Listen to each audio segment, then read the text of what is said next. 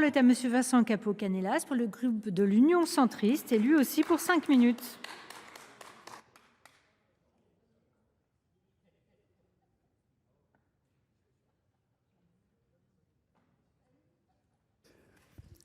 Madame la présidente, monsieur le ministre, monsieur le président de la commission, monsieur le rapporteur, mes chers collègues, je salue tout particulièrement l'aboutissement du travail sur cette proposition de loi relative à l'ouverture à la concurrence des bus opérés par la RATP à Paris et en petite couronne. Ce texte, que j'avais déposé fin septembre, a fait l'objet d'une CMP conclusive le 6 décembre dernier. Il comporte des avancées pour les agents de la RATP tout en apportant des précisions nécessaires à la mise en œuvre d'une ouverture à la concurrence déjà engagée. Je remercie tout particulièrement notre rapporteur, Franck Dhersin, les membres de la commission du développement durable et d'aménagement du territoire autour du président Longeot, avec en particulier un salut particulier à Didier Mandelli et à Philippe Tabarot. Prévue pour le 1er janvier 2025, cette ouverture à la concurrence constitue un défi technique, opérationnel et social d'une ampleur inédite.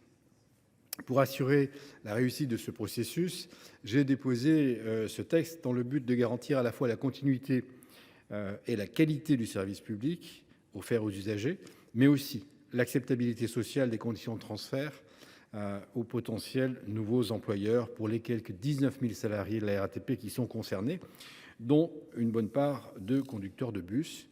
Bien entendu, une partie, on peut en tout cas l'estimer, restera à la RATP selon évidemment les modalités de l'appel d'offres.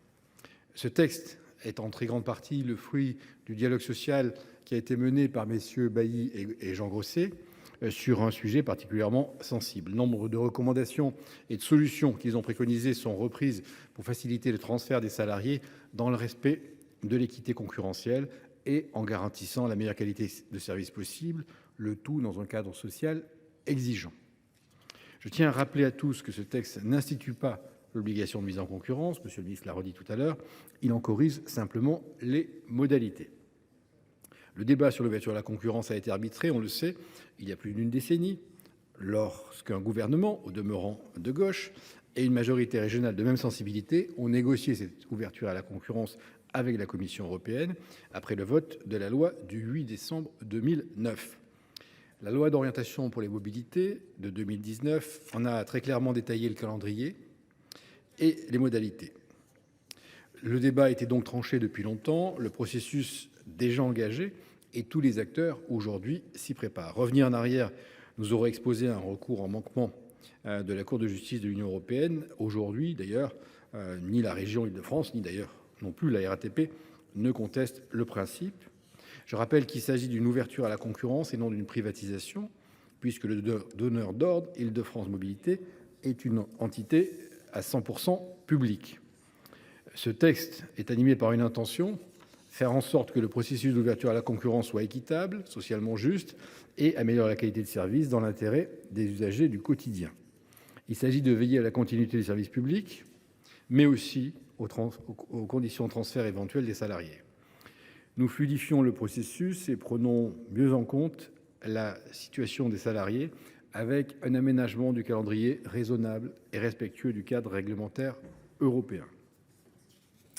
Ce texte vient donc sécuriser juridiquement le cadre normatif en vigueur sur l'ouverture à la concurrence. Il apportera des garanties à tous les acteurs et en particulier aux 19 000 salariés, mais aussi pour les voyageurs qui attendent le maintien de la qualité du service rendu sans risquer de voir l'ensemble du réseau basculer en une nuit avec tous les enjeux opérationnels que cela aurait généré. Je pense en particulier à la notion de centre-bus visant à garantir aux agents affectés à un centre-bus l'absence de mobilité géographique contrainte. Nous prenons aussi en compte la situation des salariés qui verront demain leur mission réalisée directement par IDFM en tant qu'autorité concédante, notamment les fonctions de supervision du réseau. Ce travail a été fait dans le but de trouver le meilleur compromis possible en concertation avec l'ensemble des acteurs. Il s'agit d'un équilibre subtil. Comme je l'ai déjà dit, nous sommes loin des discussions de principe ou de doctrine et nous efforçons d'être proches des réalités.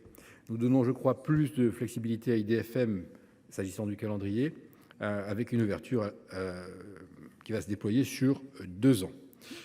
Une discussion a été rappelée tout à l'heure par le rapporteur a été tranchée en CMP. Elle concernait la question de savoir qui allait arbitrer les différends entre IDFM et l'ART, s'agissant du nombre de salariés. Et je veux saluer à la fois Franck Dersin et Bruno Millienne qui ont su trouver la bonne version ensemble en recherche de l'intérêt général. Je vous remercie. Donc évidemment, nous voterons ce texte. Merci beaucoup, chers collègues.